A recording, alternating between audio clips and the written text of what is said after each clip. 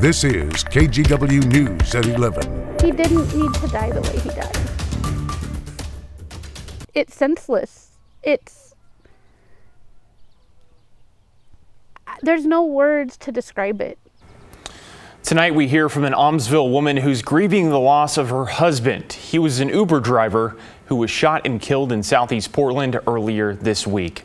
Thanks for joining us tonight at 11. I'm John Adams. While police continue to investigate what happened, our Ashley Grahams shares her story. Flipping through photos, This is him and I at Silver Falls.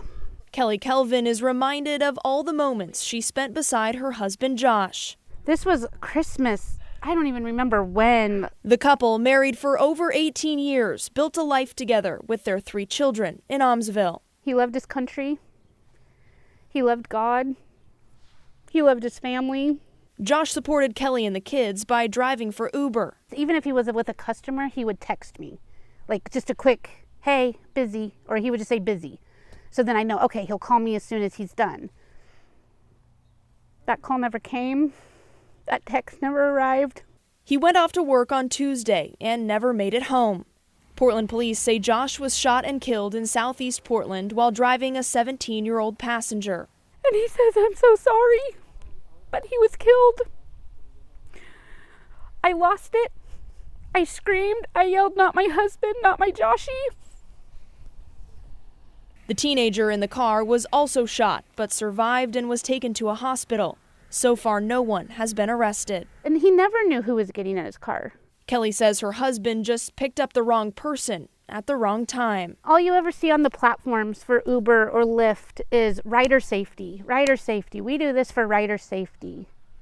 Where in there is for driver safety? It's one of the many questions Kelly is trying to answer as she grieves. Oh, I call his cell phone. It's off now. Police have turned it off. But I call just to hear his voice on the voicemail. It's these memories and her faith that brings some comfort. That's what I'm holding on to. That someday I'll see him again. So heartbreaking. Police are still looking for the person who shot and killed Josh Kelvin. If you know anything, call Portland Police. John. What a tragic story. All right, Ashley, thank you. Well, new tonight, a frightening incident at a professional rodeo outside of Bend when a bull jumped a fence and ran through the spectator grounds.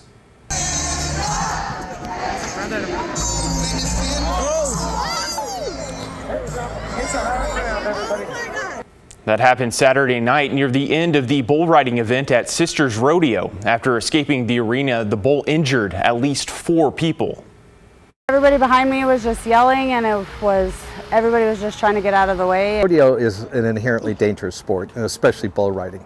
But it is a very rare occasion. We've never had it here at Sisters Rodeo.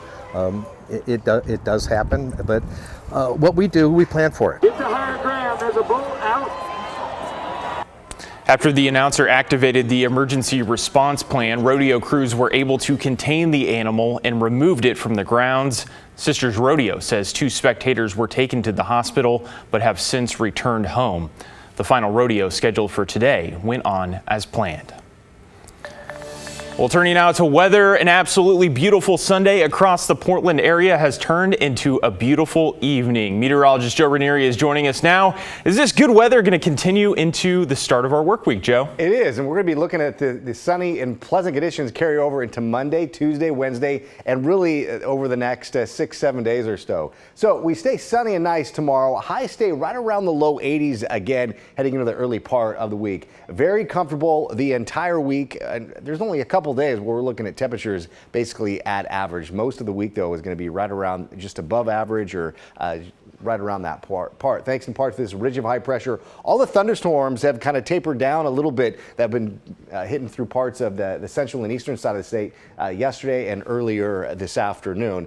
Currently, we're looking at temperatures right around the upper 50s, the low 60s. Sherwood 60 over in southwest Washington. We're looking at temperatures in the mid 50s at this hour. Up and down the Oregon coastline, you're going to be looking at some more of an onshore flow tomorrow. But again, you'll start to see a little bit more of the blue skies heading into the afternoon. Today, you were really under overcast skies a good portion of the day. Daytime highs in the metro area were close to 80 degrees, upper 70s over in McMinnville and Wine Country. Aurora, you topped out at 79 degrees, and along the coast, it was the upper 50s to low 60s. And coming up in a few minutes, John, I'll let you know what we can expect to see heading into the next few days. And again, I'm describing this next week ahead as probably one of the best weeks we've seen so far this spring. I'll talk more about that in about 10 minutes from now. All right, Joe, thank you. We'll be looking forward to that. Well, new tonight, even with the warmer temperatures, first responders want to remind you water temperatures are still very cold across the region. This after Clark Cowlitz Fire Rescue was called to the Louisville Park for a potential drowning. Crews arrived after 6 this evening to find a person clinging to a rock in the middle of the East Fork Lewis River. 2 swimmers were able to make their way across and bring the person to shore. They were taken to the hospital. Their condition is unknown.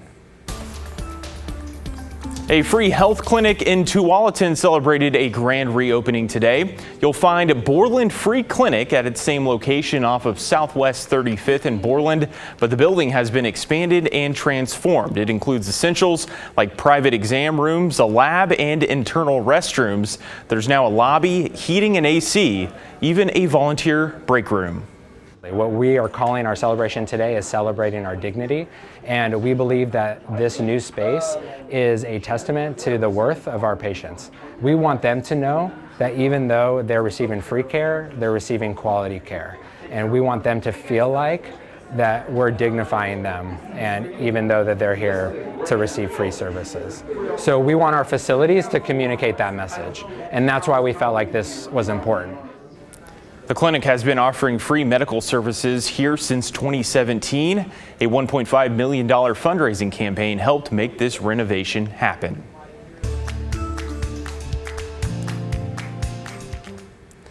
The Rose Festival is officially winding down. Today was the last day of City Fair at the waterfront, and the Navy ships that were docked for Fleet Week are preparing to leave on Monday.